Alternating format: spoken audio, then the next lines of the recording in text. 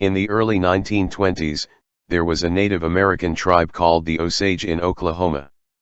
They lived on a reservation, surrounded by seemingly barren land that held no value. But little did they know, their fortunes were about to change. You see, the Osage had negotiated with the U.S. government for the rights to any minerals found on their land, including oil. And boy, were they in for a surprise. A massive amount of oil was discovered beneath their feet, turning their lives upside down. Suddenly, the Osage found themselves incredibly wealthy, leasing their land to white people eager to extract the precious black gold. The money flowed, and the Osage enjoyed a lifestyle far beyond what other Native American tribes could dream of. They even had white servants working for them, reversing the racial hierarchy of the time. But as with any great fortune, there were strings attached. The Osage were deemed legally incapable of handling their wealth, simply because they were seen as ignorant Indians. So, white overseers were appointed to manage their finances, some exploitative, while others genuinely cared for the tribe's well-being. One such protector was William Hale, a self-proclaimed friend of the Osage. He donated money to schools and the local hospital, earning their trust and respect. However, not all overseers were as benevolent, and some had dark intentions hidden beneath their supposed care. Amidst this tale of newfound wealth and power, a sinister conspiracy brewed. Murders plagued the Osage community, and the web of deceit began to unravel. The Osage women who had married white men believed their overseers, at least, had their best interests at heart. Secrets of the Osage is a gripping story of greed, betrayal, and the fight for justice. It sheds light on a dark chapter in American history, where oil wealth became a double-edged sword for the Osage tribe.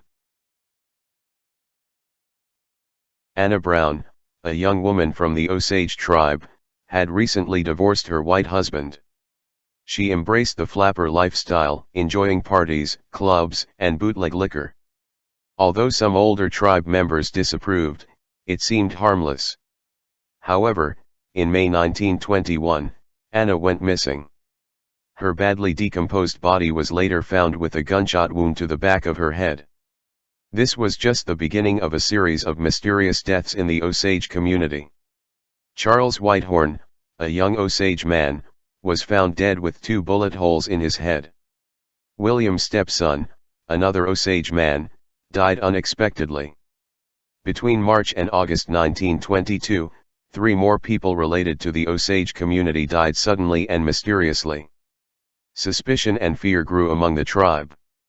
The situation worsened with the brutal murders of Molly Burkhart's 2 sisters and the death of her mother. The murders were connected and became known as the Osage Reign of Terror. Local law enforcement and politicians proved ineffective, tainted by corruption and incompetence. However, W. W. Vaughn, a determined white man, collected evidence on his own. Vaughn was summoned by a dying Osage man, who provided crucial information about his poisoning. Vaughn recorded the details but mysteriously disappeared and was found dead by the railway tracks, his evidence missing. By this point, 24 Osage tribe members and several others had been killed, creating a climate of fear and suspicion.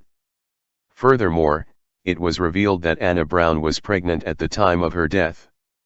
The Osage community and those involved in investigating the murders were left grappling with the extent of the conspiracy and the motive behind the killings. The Osage community was engulfed in widespread terror as mysterious deaths occurred without a clear explanation.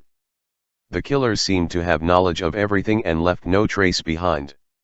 Local authorities were too afraid to take action due to multiple threatening anonymous messages. The Osage people sought support from the Bureau of Investigation, which later became the FBI. The lead investigator, Tom White, made progress in the case by uncovering corruption and financial misconduct related to the Osage tribe's wealth. William Hale, known as a friend of the Osage, was implicated as the mastermind behind the murders. Molly Burkhart, Hale's niece, and her family were targeted due to their inherited shares in the Osage Mineral Trust. Ernest Burkhart, Molly's husband, was deeply loyal to Hale. White worked to gather enough evidence to bring down the culprits, while undercover agents and informants provided valuable information. Molly's deteriorating health raised suspicions of poisoning, leading to urgent action. White, with the help of local law enforcement, arrested Hale and Burkhart, relying on testimonies from informants such as Blackie Thompson. Ernest Burkhart eventually confessed, implicating other individuals in the conspiracy, including John Ramsey, a suspected gunman in multiple murders. Despite the evidence, Molly struggled to accept her husband's involvement in the crimes. The next challenge was the trial. William Hale had extensive connections within the local community and among local and state government officials. Due to Hale's clandestine interference, the decision was made to try the case in the state of Oklahoma, where he held more influence, rather than in a federal court, which would typically have jurisdiction over tribal lands. However, the situation worsened for the prosecution. Just before Ernest could present crucial witness testimony, Hale's attorney managed to coerce him into delaying his testimony for a day, a request granted by the judge. When Ernest eventually took the stand again, he recanted his previous statements against Hale, claiming that he had been coerced and tortured by Ernest and his associates, and that his confession had been forced. This left Kelsey Morrison, a local criminal with a wavering loyalty between federal agents and Hale, as the prosecution's key witness. Morrison testified against Hale, but his inconsistent history made him an unreliable witness. However, a surprising turn of events occurred when Ernest Burkhart had a change of heart. He secretly met with the prosecuting attorney, dismissing Hale's defense attorney and hiring his own lawyer. Burkhart changed his plea from not guilty to guilty and confirmed that neither White nor his agents had coerced or abused him, Hale, or Ramsey. Subsequently, the Supreme Court determined that Henry Roan's murder had taken place on tribal lands, leading the case to be transferred to a federal court where Hale's influence was significantly diminished. Although Ernest Burkhart was sentenced to life in prison with hard labor, he appeared relieved, as if he had finally rid himself of his guilty conscience. There were credible reports that at least one juror had been bribed, and a witness had been threatened with death by Hale's defense attorney. As a result, the judge dismissed the jury and assembled a new one. These reports were later substantiated, although the prosecution decided not to charge the defense attorney with obstruction of justice to avoid delaying the ongoing trial against Hale and Ramsey. There were legitimate concerns that an all-white jury might not care about the murder of Native Americans. However, the new jury found Hale and Ramsey guilty of first-degree murder in Henry Roan's killing. Despite the customary punishment being execution, they were instead sentenced to life in prison. Whether this was considered a lenient sentence is subjective. The following year, the trial for Anna Brown's murder took place. Ernest's brother, Brian Burkhart, was granted immunity in exchange for testifying against Kelsey Morrison, who had once again switched his loyalty to Hale. Brian testified that he had assisted in getting Anna drunk and held her in place while Morrison shot her. This concluded the trials, although the culprits were not held accountable for all the victims' murders. They were apprehended and would face punishment. Despite the obstacles faced during the investigation and the prejudice exhibited by many involved towards Native Americans, the federal justice system, unlike many previous instances, did not completely fail in this case. After the Great Depression hit, the wealth and oil resources of the Osage Nation rapidly declined due to depletion. This led to the abandonment or near abandonment of many Oklahoma boomtowns. The Osage could no longer rely on their wealth without having to work. It is a cruel irony that they were killed for their money, but once the murder plot was uncovered and the culprits punished, the money was gone. It seemed as if they had died for no reason, not even for the selfish pursuit of material wealth. Now, let's briefly examine what happened to the main individuals involved in the case in the following years. Molly Burkhart, who had endured immense suffering throughout the story, lost her last two siblings in brutal murders. Her mother passed away shortly after, and her husband betrayed her.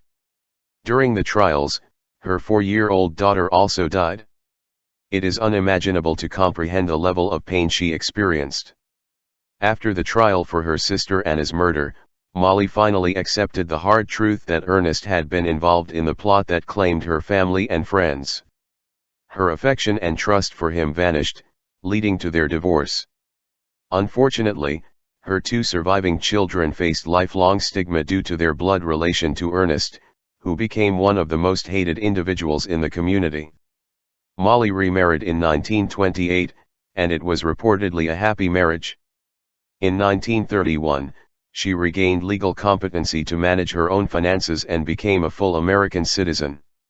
She passed away 6 years later in 1937 at the age of 50. Tom White left the Bureau of Investigation after the Osage murder case and became the warden of Leavenworth Prison in Kansas, where William Hale was incarcerated. In 1931, White was kidnapped and shot by rioting prisoners but miraculously survived, though with a lasting limp in his left arm. He later became the warden of another prison. White died in 1971 at the age of 90. William Hale, the central figure of evil in this story, was surprisingly released from prison in 1947 after serving 20 years at Leavenworth due to good behavior and being a model prisoner. He lived more than a decade as a free man but was not permitted to return to Oklahoma.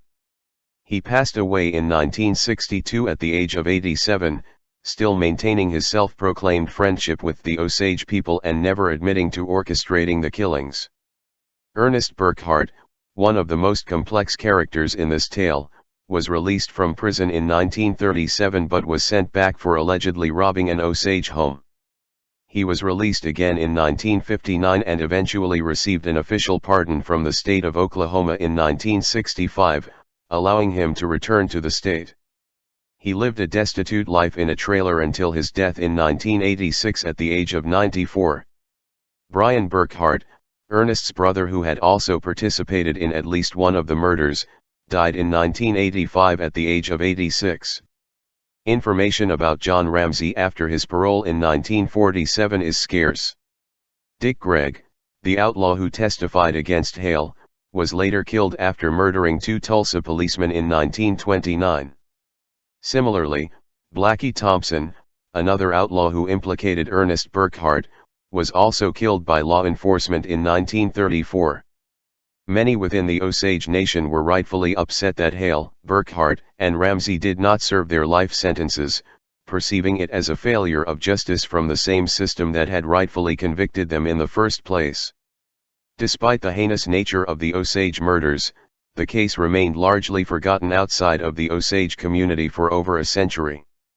However, it appears that this is about to change. Don't forget to subscribe to Movie Sapiens for more interesting videos.